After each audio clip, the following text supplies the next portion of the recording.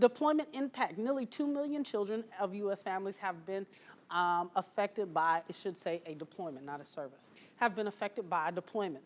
Okay, children from birth to 5 years old constitute about 40% of children that have been impacted by a deployment. Birth to 5 years is a very important time in a child's life. 40% of them have been without a caregiver. Some of them, actually in that particular number while I was researching, have been without both caregivers at the same time. Will the military deploy a husband and wife? Yes, they will. At the same time. Yes, they will. Now, they try to make it a practice to not do so. Sometimes duty calls, okay? Children 6 to 11 years old constitute 33% of kids dealing with or having a caregiver that has been deployed. And then children 12 to 18 years old constitute 25% of children that have been impacted by deployment. So wartime deployments. There are such a thing as deployments that are not considered wartime. When I went to Korea, that was considered a deployment, but we're not at war with Korea. Korea is what we call a friendly nation. But I was in there in a deployment capacity. So I wore M16 every day. I had a flak vest on every day. All of the things that would resemble and look like war. And right at that time, North Korea was doing some funny stuff. So everything that wasn't dangerous became dangerous in an instance of a second. We were allowed to walk around on base with no problems, and then after that, the base became deserted. You don't move without a buddy. So it took seconds for life to change, where I'm talking to my mom and talking to my family on Skype to, hey guys, I can't communicate with you until, and they're like, what's wrong? I can't say. What do you mean you can't say? Imagine a parent having to tell that to a child or a person that's caring for their child while they're away. Okay? There's a new dimension of danger, of uncertainty. As you've seen in that video, those kids were saying, I was so scared that they might die or that something might happen to them while they were away. You know, there is a level of uncertainty when you do that hug at the airport and that kiss goodbye, you truly don't know. You don't know. And that's heavy on a child. Okay? And something that's really interesting here that a lot of people don't talk about, I couldn't even find a lot of research on it, is deployment impact with a move within a move. So if I'm stationed, as I shared with you before, and I have my siblings who are now my children, and I have to deploy, I'm a single parent. So I'm in a situation where the people who are going to support me and that are on my family care plan to raise my kids are not in my vicinity. So I have to actually move my kids to another location to be cared for while I'm away, and then move them back when I return. The most time that we're normally stationed at a base is about 36 months, for about 3 years. Sometimes we get lucky 4 years, sometimes we get lucky 5. I know a lady that's been at Randolph for 11 years. Yeah, she's active duty and has been at Randolph 11 years. Some people figure out the system, and they finagle it. Her kids have been in the same home from elementary, middle school, high school. It's a blessing, but out of 500,000 people in the Army, that might be 3 or 4 people. So that's not the norm by any means of their imagination. But between 30% and 50% of families have to temporarily relocate to their hometowns to receive the support they need while they're away, okay?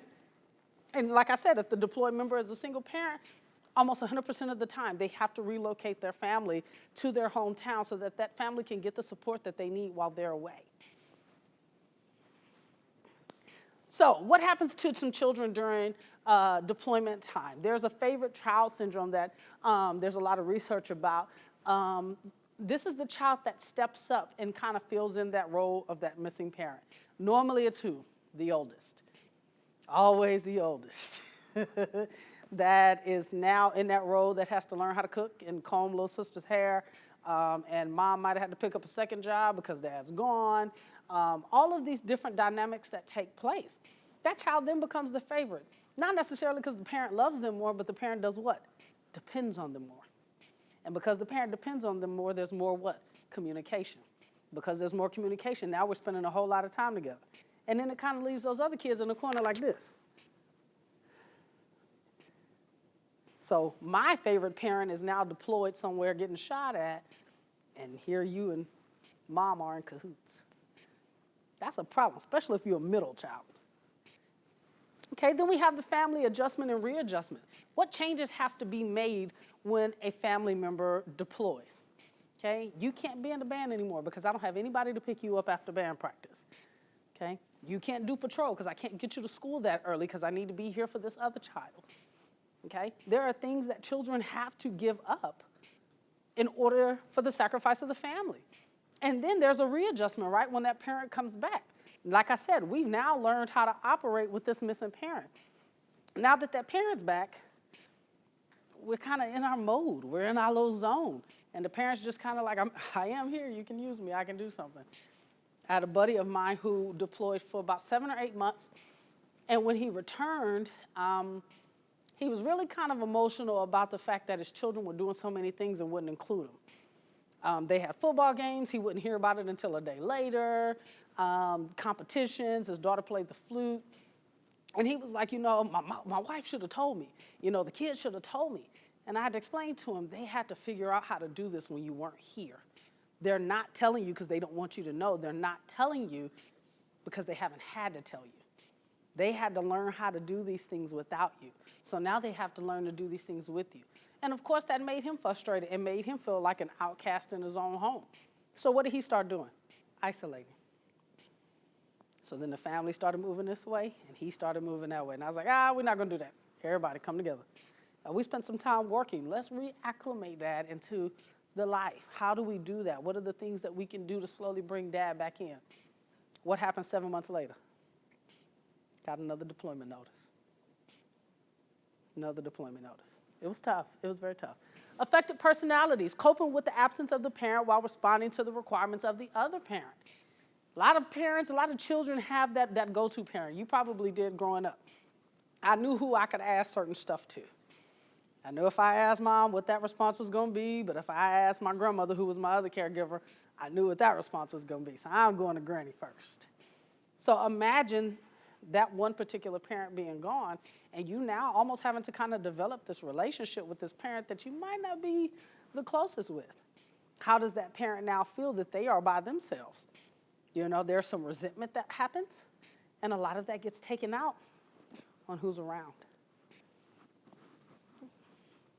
So some of the things that children deal with, problem sleeping, high levels of stress and anxiety, which, of course, if you're talking to your dad on the phone and there are bombs dropping behind his head, yes, that is definitely going to stress you out and give you anxiety as a child, give you nightmares. Children of deployed parents in that age range from 6 to 11, they report a significant amount of nightmares that they experience during the time that parent is away. Okay, increased aggression. This is significant in children from that birth to 5 years of age, from about 3 years old to 5 years of age. Those children have a tendency to become more aggressive with other siblings and with family pets. I thought that was interesting. Declining grades, increased maladaptive behaviors, just doing things. So kids are going to be kids, but a lot of times there's something behind some of those actions, especially if they have a parent that is their caregiver that is not available. And then child maltreatment due to parental stress. It was easy for me to cook a 4-course meal when I knew Dad was taking care of homework upstairs or vice versa. Now you got to eat Little Caesars because I don't have time. And you probably haven't had a vegetable in a week because I can't get on the stove and make a vegetable. Let me teach my 8-year-old how to cook because I have this other responsibility because that parent is absent. Or you have children that are with caregivers, and your caregivers don't quite raise your kids like you do. So your kids are eating Snickers and Big Red for dinner because that's what happens. So what are some of the strength-based therapeutic treatment options that we use at A&E Counseling and Therapy in working with these families? We use a lot of narrative therapy. We use some solution-focused therapy and some age-appropriate options. One of the things that we've identified that I'll talk a little bit more about is teenagers do very, very good in groups. Military children, they have this commonality that they get it. This person sitting next to me knows what it is to be from everywhere. They do very well in groups. Youth from about 3 to 12 years old do excellent in play therapy. And they do okay in very small groups because we know children's attention span is like this, And you get the right kid with the right audience, no group is happening. So with narrative therapy, we know that that is a form of therapy where we kind of talk in a narrative form, right? We tell stories, we share stories. Teenagers love to tell stories if they trust you, right? So first thing I have to do is build a lot of rapport with this teen, and they're like, yeah, everybody says that. Then I have to find that kind of common ground that makes them go, oh, you in the military too? I say, yeah, sure was. They said, well, where were you stationed? So then we play the station game. Oh, I used to live there. Oh, really? I was there. Do you remember? Now we're friends. And after that, they begin to tell their story of what it was like being a military child, or what it is like being a military child, knowing their parents have orders. They don't want to go. So they're kind of what we call bucking the system, creating havoc, making it difficult for their parents to do what they need to do. Because in all honesty, their heart is where they are and they don't want to move. So they share these stories. And then we talk about identifying emotions at different times in their lives. What did you feel like when, you heard dad or mom was going to deploy? What was that experience like? And what was that experience like that time, from the time you learned to the moment they left? Did you guys spend a whole lot of time together? Did everybody just kind of close in? And they start to tell that story and kind of paint that picture for you of what life was like when they learned that their parents were on the way somewhere that they may never return, okay? Reframing the story, trying to fit the current narrative. So when we're reframing the story, it's really an attempt to help these teens, and I say teens because that's who I use narrative therapy with the most, trying to reframe that story and give them a different perspective of what it is they've dealt with. What is it about your life that makes you unique, that makes you be the person you are today? While some of those things were sad, some of those things were amazing. Tell me how you got to fly over the Grand Canyon and you had lunch because your dad was NCO of the year. And those perks and things that they were able to experience as a result of being a military child. And when we reframe that narrative, it kind of raises up some of those good things that makes them say, well, you know what? Those other things weren't as bad. Because they go hand in hand. With solution-focused therapy, that works with from the youngest kids to the oldest kids. It's all about goal setting. Kids love to try to set a goal. They want to prove something. So what's the goal? What is your goal? I just want to be good while my dad's gone. Okay, well, what does being good look like? I'm going to take out the trash. Okay. How many days are you going to take out the trash? I can do 5 days. Nah, that's too much. No, you can't. Yes, I can, Miss Aisha. No, you can't. No, you can't. You can't do 5 days. It's too much. Well, let me try. All right, I'll let you try. And they fight towards that goal. So they really strive to try to do better and be better while that parent is away, okay? And then identifying the positive steps. While it may look small, we have to, this is huge. One of my teens came in and said, I got invited to a party. And I was like, what? Who invited you to a party? What you wearing? We got to talk about this. Whole session has to be about this party. We can't talk about anything else. We have to focus on this party. It was that serious and that important. Why? He'd been here 6 months. Only friend he made was the girl that he was tutoring because he was a math genius. And she would try to bring him in a circle, but he was a little bit awkward. He was lanky, and he was that guy. And I said, well, tell me how you got invited to the party. He said, well, the kids were talking about this song, and I showed them a beat that I made for this particular song. You make beats? Who are you? I don't even know you right now. So these things that he's thinking is not important are huge strengths that would allow him to acclimate into this new culture that he just wasn't even aware of. And because we got to spend some time pulling those things apart, I started seeing less and less and less of them as work was being done. Learning how to cope with the changes and the difficulties that happen on the way to the goal. We all want this life, right? We set our goal and we just coast right to it. But what does it look like?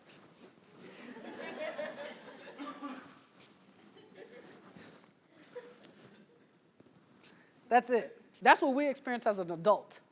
We have to help our children deal with that in the same fashion. The move to this new area is not going to be smooth. You're going to get there and get to Texas and realize that the heat in Texas is not like the heat in Alabama. You're going to get there and you're going to realize that the tap water is horrible because you're used to drinking this. They're small things, but they're huge things, especially to a child. And then you're going to get there and you're going to find out that your mom doesn't have that cush 7:30 to 4:30 Monday through Friday job. She's now working 12 hours from 7 p.m. to 7 a.m. So when she comes home from work, you're going to school. All of those changes that make a difference. And there are going to be bumps along the way of trying to get to whatever that goal may be, whether that goal is to acclimate really well into the new culture, or whether that goal is to just cope with the idea that I'm about to leave behind my friends and I don't want to, or that I've already left the place I really wanted to be. How do I be okay with where I am now? Group therapy, as I stated, strength in numbers is real big for teens. I've had the privilege of conducting a couple of groups with military teens, and it's been pretty awesome because I end up kind of doing nothing at some point. They start talking to each other, and they start identifying with each other and saying, oh, my dad was horrible when he got home. We couldn't cut the music up loud, and every time somebody dropped something, he was going off. And, oh, man, my dad did that. We had to get rid of our dog because the dog was barking, and it was setting my dad off. And they're having these conversations, and while they're finding comfort, I'm sitting here listening like, what did that do to you that your dad made you get rid of the family dog? Because of his PTSD. He had to. You had to. But they were able to identify these things with one another. And somebody said, well, when we did that, my mom gave us a hamster, or we were able to move to, one dad came home and had lost from the knee down. So they moved to a house that was a one-story. And the kid was like, well, you know, when we had a two-story, my room was so separated from everybody else and, you know, blah, blah, blah, blah, blah. So when we got the one-story, my parents gave me the master bedroom to be separated from everybody else. I had no idea this little boy was autistic. Blew my mind as he's sitting in this group as a military dependent, dealing with autism and having the ability to say, this is what my family did for me. And everybody just goes, wow. So then they start talking about his strengths. And I'm like, dude, I can't charge for this. I am getting completely fed in here watching these military children just draw strengths from one another, identifying the things that they dealt with that really pulled them together. And at the end of the group, they're like, thank you, Miss Aisha. I'm like, no, thank you. Thank you. Are you guys coming back? I mean, what do I do next time?